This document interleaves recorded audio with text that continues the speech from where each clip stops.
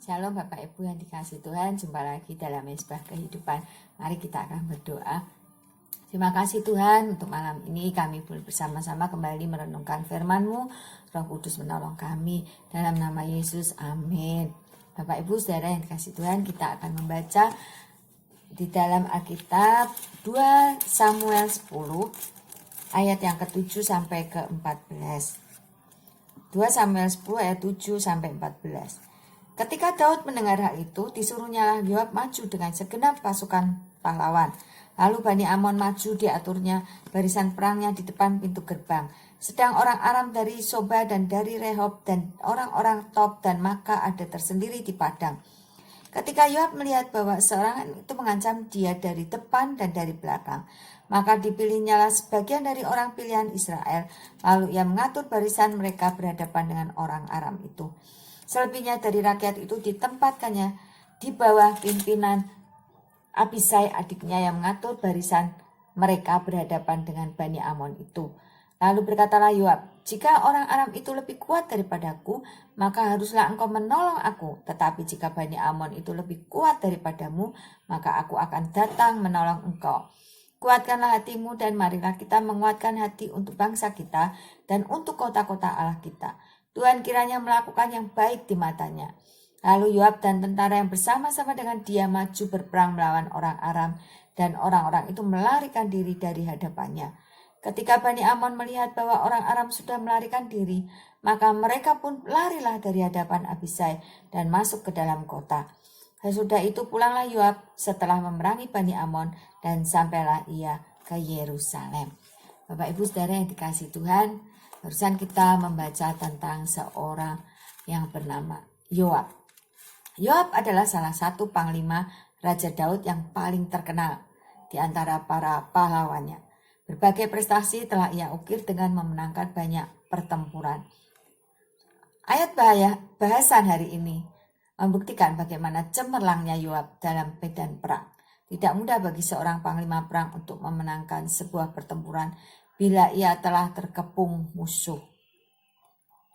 Dalam situasi yang sangat mendesak, Yoab begitu melihat pengepungan itu, ia tidak kehilangan cara.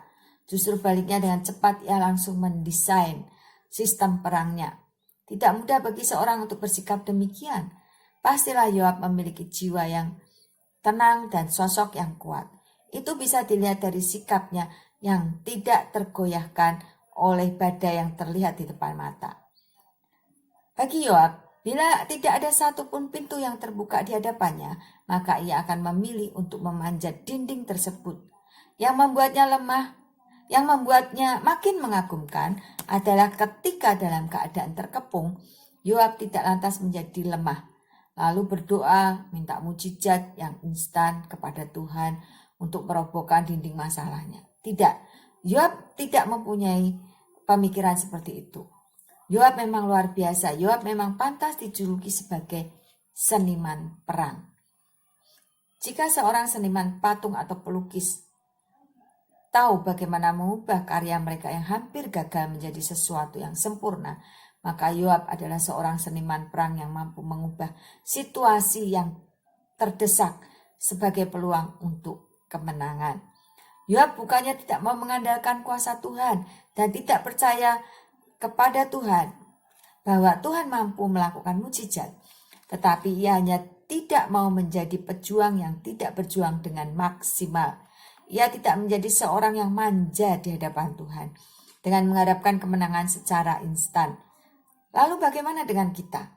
Setelah membaca renungan ini, sikap apa yang akan kita ambil saat kita menghadapi tekanan, himpitan? Apakah kita memilih bersikap seperti Yoab? Ingatlah bahwa tidak ada keberhasilan jika kita menyerah. Dari sosok Yoab kita perlu belajar bahwa di tengah kesulitan sekalipun kita harus tetap memiliki jiwa pejuang yang tidak akan menyerah sebelum mengerahkan seluruh kemampuan kita. Dan juga tidak menjadi anak Tuhan yang berharap bahwa masalahnya akan diselesaikan secara instan oleh Tuhan. Jadi di sini kita harus sepakat bahwa pertolongan Tuhan tidak selalu datang dengan cara yang supranatural, tetapi juga lewat tiap usaha kita yang selalu menyertakan Tuhan di di dalam kita. Mari kita akan berdoa. Terima kasih Tuhan Yesus buat firman-Mu. Jadikan kami seperti Yoab-Yoab yang luar biasa. Dalam nama Yesus, amin.